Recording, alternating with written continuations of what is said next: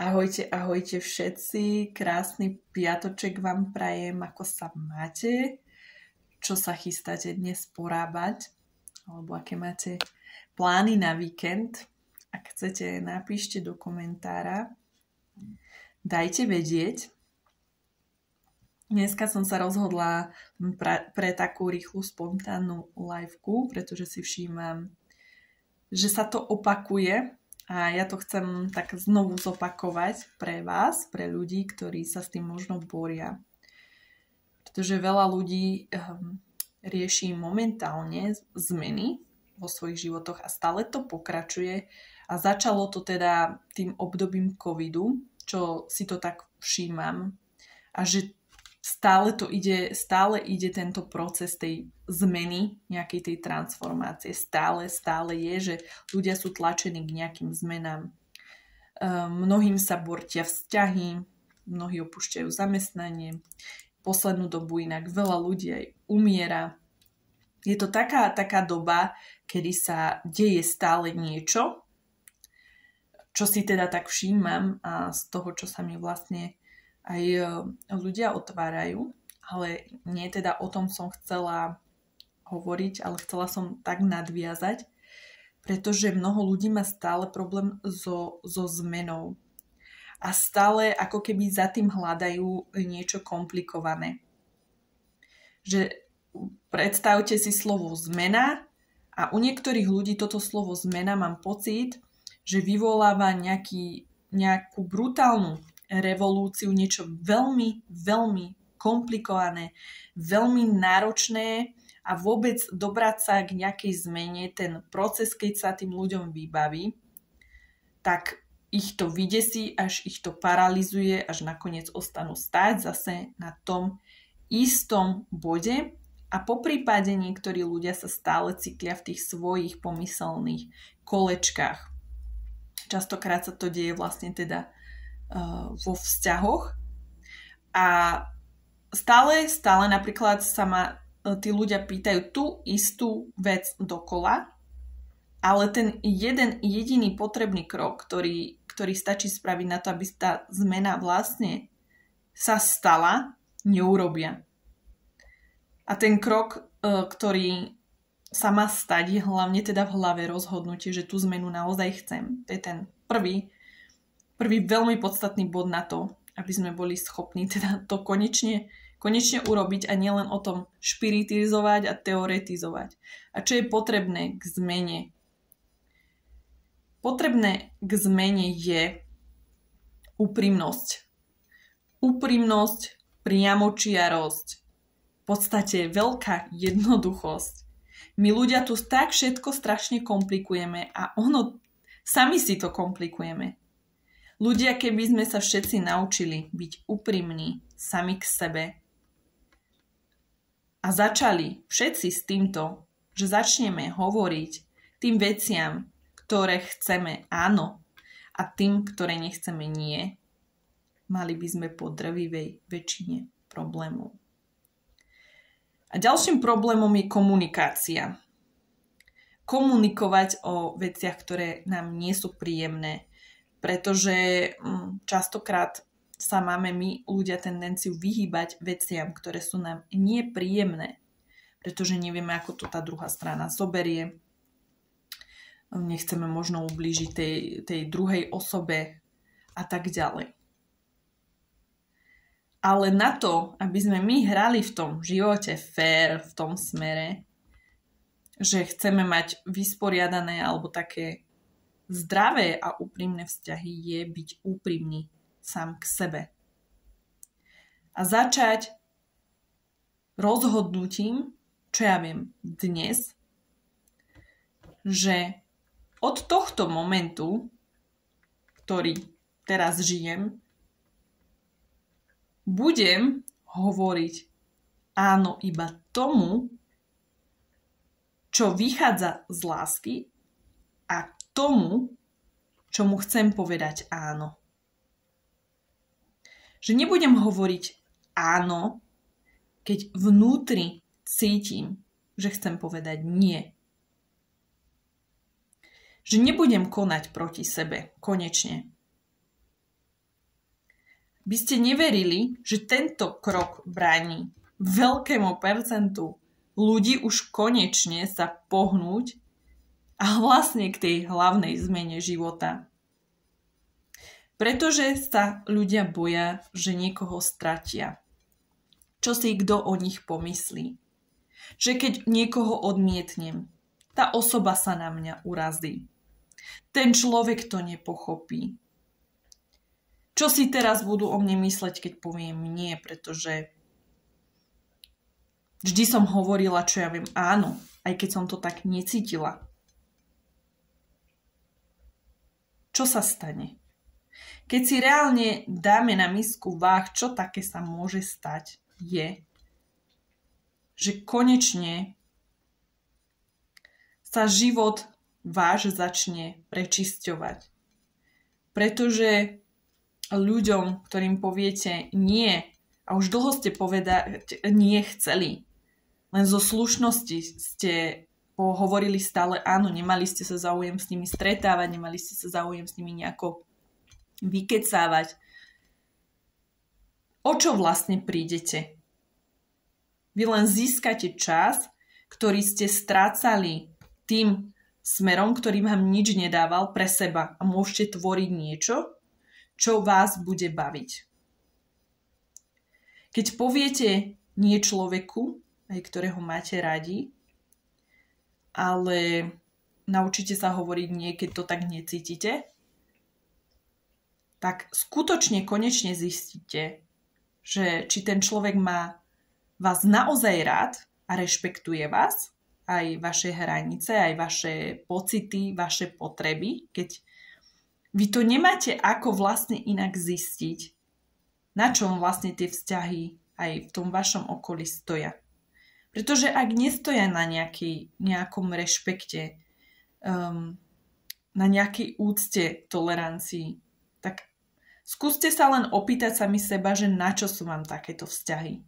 Veď o nič neprichádzate. Hovorím také základy opäť, možno pre niekoho vtipné, ale stále to považujem za veľmi potrebné, pretože veľa ľudí sa stále do nekonečna točí v tom istom kole, len preto, že neurobia tieto zmeny. Že idú aj keď necítia, že povedia áno, keď chcú povedať nie. Že zase si posunú tú svoju hranicu, aj keď cítia, že nejde to s nimi v súlade. A zase povedia áno. A takto vlastne my šliapeme potom sami po sebe a dovolujeme potom šliapať aj iným vlastne po nás samých. A práve keď sa naučíme hovoriť áno tomu, čo chceme, tomu, čo cítime a vnímame, že vychádza zo srdca, z lásky, že je to z tej úprimnosti, tak naopak my tým len získame. Pretože práve vtedy vám automaticky odpadnú aj tie toxické vzťahy. Rýchlo si pretriedite a zistíte, kto vás mal rád v podstate len zo zištných dôvodov. Pretože keď išlo niečo len podľa scenára tých daných ľudí, len vtedy sa im to páčilo. A keď zrazu už to není podľa nich, tak už sa nemáme radi a vzťahy sa pretrhajú.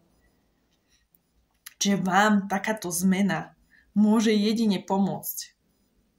Pretože aj keď vám odpadnú takí ľudia, možno vás to aj bude mrzieť, aj bude bolieť, že ste žili možno v nejakej ilúzii a klamstve a začnete sa pýtať, že na čom vlastne teda tie vzťahy boli postavené, keď vlastne pre nejaké nie nastanú rozkoly, pre iné názory, rozvraty. Možno je to šokujúce zistenie, ale môžeme sa na to pozrieť, že je to vlastne zlé alebo pre nás dobré. Pretože my potrebujeme práve tie dobré vzťahy, kde sa rešpektuje, aj keď povieme nie, aj keď si vytýčime nejaké hranice, kde môžeme práve pravdivo hovoriť to, ako sa my cítime. Pretože naozaj potom žijeme jedno veľké divadlo. A na čo sú nám vzťahy, kde nemôžem, alebo ja keď to tak podľa seba vezmem, že nemôžem byť ako pravdivá, alebo že nemôžem povedať tie veci, ako cítim. A keď ich tak poviem, tak druhá strana ma zrazu nemá rada, alebo ma zavrhne, alebo na čom to potom stojí?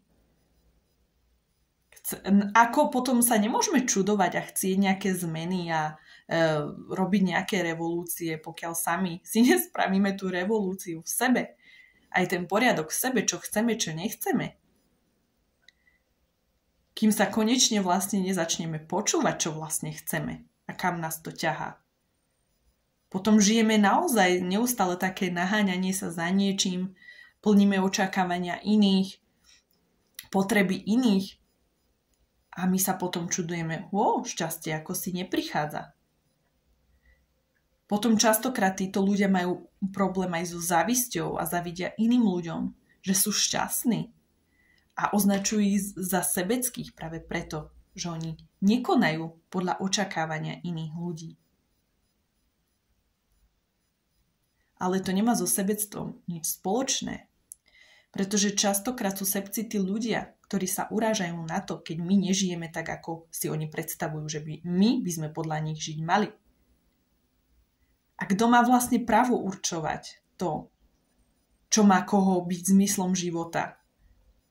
Čo má kto robiť v živote?